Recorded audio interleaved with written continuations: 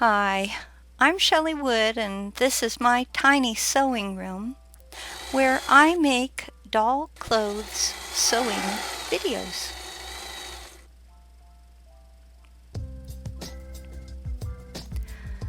Today, I'm going to show you how to make a pretty sleeveless top with lace and ribbon trim, decorating the front of it. And yes, my sewing patterns are free. Before we begin this project though, let me remind you that it's Black History Month. It's February. And if you stick around till the end of my video today, I'll give you a preview of the topic I've been covering on Mondays. For your free pattern today, go to my website, chellywood.com, to download and print this free PDF sewing pattern, which is available for A4 and American printers. Use your pattern to cut out 3 outer fabric pieces and 3 lining pieces, shown here in red. The linings are red. You'll also need some ribbon and lace. Now I've used a 1/4 inch or 6 millimeter wide ribbon, or I've also used 1/8 inch wide ribbon or 3 millimeters. Either one works. And my lace was about 14 centimeters long, which is about 5.5 inches long when I started this project. Your lace can be any width you want it to, but if its decorative edge is only one-sided, then just sew one lace trim down the center of the outer fabric's front piece. Cut the extra lace free from the bodice front to create your second piece of lace. So you flip it around and you sew it. Lay your second piece of lace on the bodice front, sew it right down the center line as well. Now your bodice front on the outer piece of fabric should look something like this. Place your ribbon over the top of your seam. Stitch in place and cut the excess ribbon free. For the 1/4 inch ribbon, I sewed on each side of the ribbon, making 2 lines of vertical top stitching over the top of my ribbon, right along the edges of the ribbon. It's kind of hard to see here. So on the underside, it looked kind of like this. There were a lot of stitches. Lay the outer fabric's front piece on top of the lining's front piece, keeping right sides together. Sew around the neck and both armhole areas.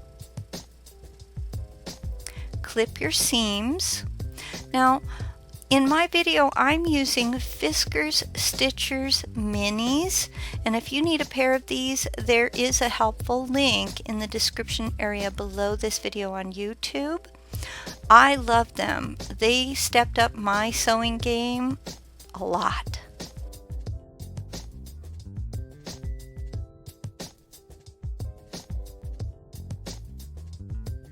Next, you'll want to invert the bodice front, and I'll be using a chopstick for this. I just give it a twist as I poke out, gently poke out the straps of the bodice.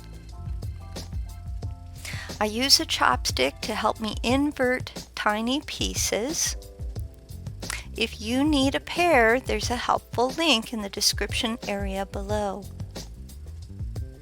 So here I'm doing the white one. It's hard to believe these are the same garment, but they actually use the exact same pattern. Press your seams.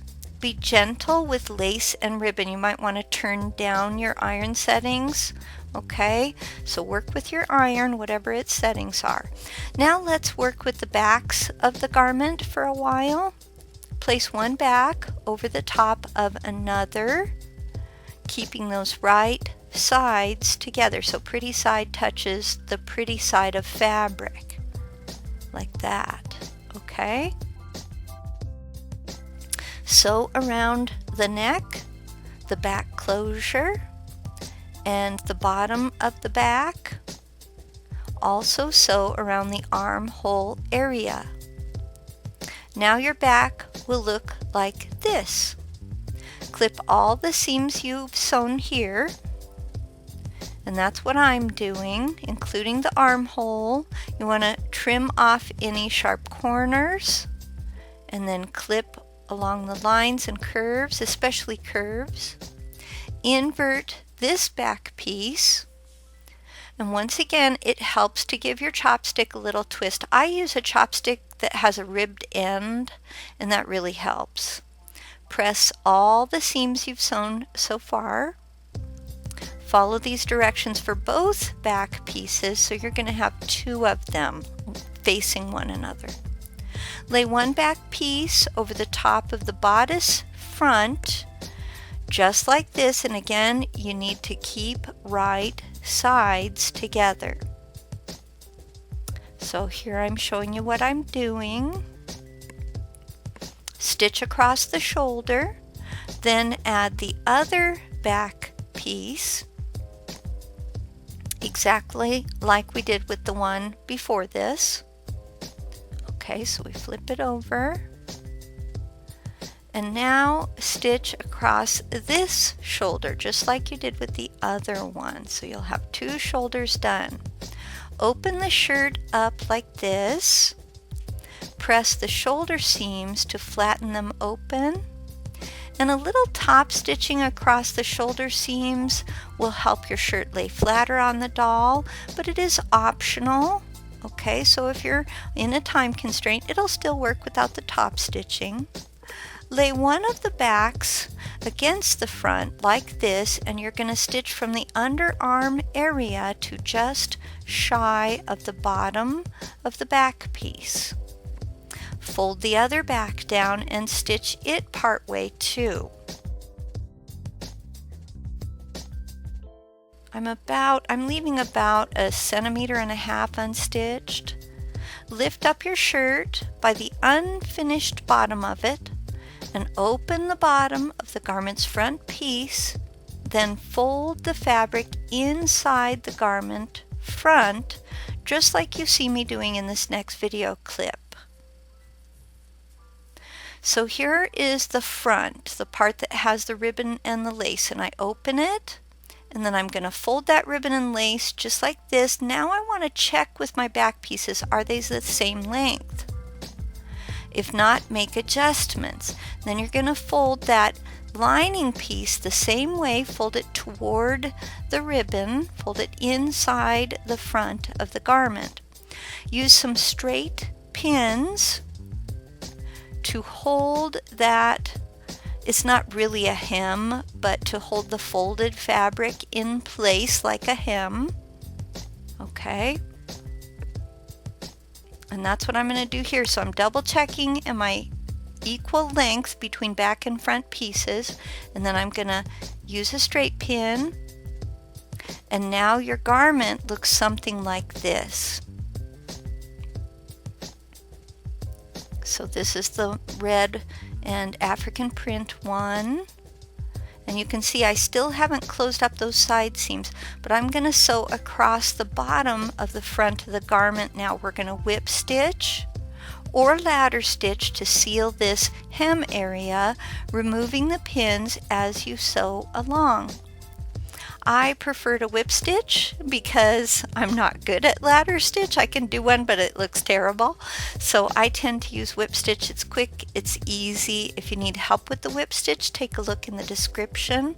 When you've finished sealing this area, you still need to finish sewing the side seams along the bottom of the garment.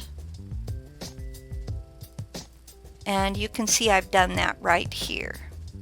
Now my side seams are complete. You're going to open and press these side seams. Use your little iron again. Okay, and then right side out, turn the garment right side out and add a row of snaps in the back. Or if you prefer, you can sew a swatch of Velcro to the back closure area. Now you're ready to try the garment on a doll. Isn't she sweet? I love this little top. I really love it in white with the pink, but the African print is adorable too. Now, what historical figure was featured on the Mondays on Chellywood.com? If you've been following, you'll know the answer to this. But it has been Mary McLeod Bethune. Although I'm doing a study of a number of African history, historical events, and famous people from African American history in my blog post. So when you go to my website, be sure and click on the blog button so that you can read through some of those interesting articles. And for more free, printable PDF sewing patterns to fit dolls of many shapes and all different sizes, please remember to visit my website, chellywood.com, Chelly with a C. Hey, did you know that you could design your own doll pants patterns from scratch with just a limited amount of sewing knowledge? Pattern design is made simple by connecting your doll's measurements with a template I give you during my course. I'm Chelly Wood, the doll clothing designer. I own Chelly Wood LLC and the website chellywood.com. In my Creative Spark online learning course on doll pants design, I'll teach you the basic fundamentals of pattern design, like how do seam allowances work, before we move on to work on designing our own leggings, jeans, fly front pants, and even overalls.